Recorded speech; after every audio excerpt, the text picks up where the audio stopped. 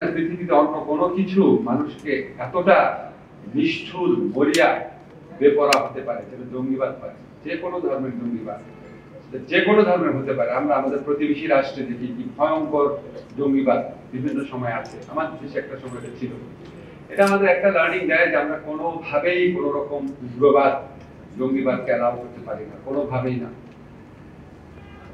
কোনো অজুহাতেই না, কোনো মোড়কেই না। সেকেন্ড যে জিনিসটা হচ্ছে, আপনাদের স্মরণে আছে কিনা জানি না, এরপর থেকে বাংলাদেশের চারপাশে তো বন্ধুভাবাপন্ন দেশ নাই। তাদের সবসময় চেষ্টা থাকে বাংলাদেশকে হেয় করা, একটা ঘটনাকে অনেক খুলিয়ে ভাবিয়ে দেখা, এটাকে নিয়ে ষড়যন্ত্র করা।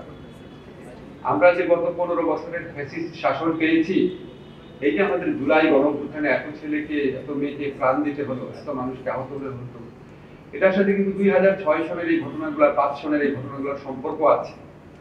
সেখান থেকেই বাংলাদেশকে এক ধরনের মৌলবাদী, মানে যতটা ঘটেছে তার চেয়ে অনেক বেশি বাড়িয়ে ইনফ্লেট করে একটা তকমা দেওয়ার চেষ্টা করা হয়েছে। প্রতিবেশী রাষ্ট্র সেখানে তার নিয়ন্ত্রিত একটা সরকার ব্যবস্থা প্রতিষ্ঠাতে আন্তর্জাতিক মহলকে কনভিন্স করতে পেরেছে, আগ্রাসী হতে পেরেছে আমাদের অভ্যন্তরীণ ব্যাপারে নাক গলানো। আমরা যদি দেশের ভালো চাই, আমরা যদি মানুষের ভালো চাই, সমাজের ভালো চাই, আমাদের বন্ধুদের ভালো চাই, আমাদের ছাত্রদের, আমাদের সন্তানদের ভালো চাই, আমাদের দেশকে আন্তর্জাতিক ষড়যন্ত্র থেকে রক্ষা করতে চাই, বাংলাদেশকে আরো কোনো ফ্যাসিবাদ বা ষড়যন্ত্রের মুখ থেকে রক্ষা করতে চাই, আমাদের অবশ্যই জঙ্গিবাদ, মৌলবাদ থেকে নিজের দেশকে রক্ষা করতে হবে যে কোনো মূল্যে। এবং খেয়াল রাখতে হবে এর সুযোগ নিয়ে আমাদের দেশের সম্ভাবনাকে, আমাদের অগ্রযাত্রাকে যেন কেউ ব্যাহত করতে না পারে, দেশি বিদেশি কোনো শক্তি যেন না পারে। আপনাদের সবাইকে ধন্যবাদ। আমি সোহেল আমার স্টুডেন্ট ছিল না, বলতে পারলাম না, যে কোনো মৃত্যুই সমান বেদনাদায়ক।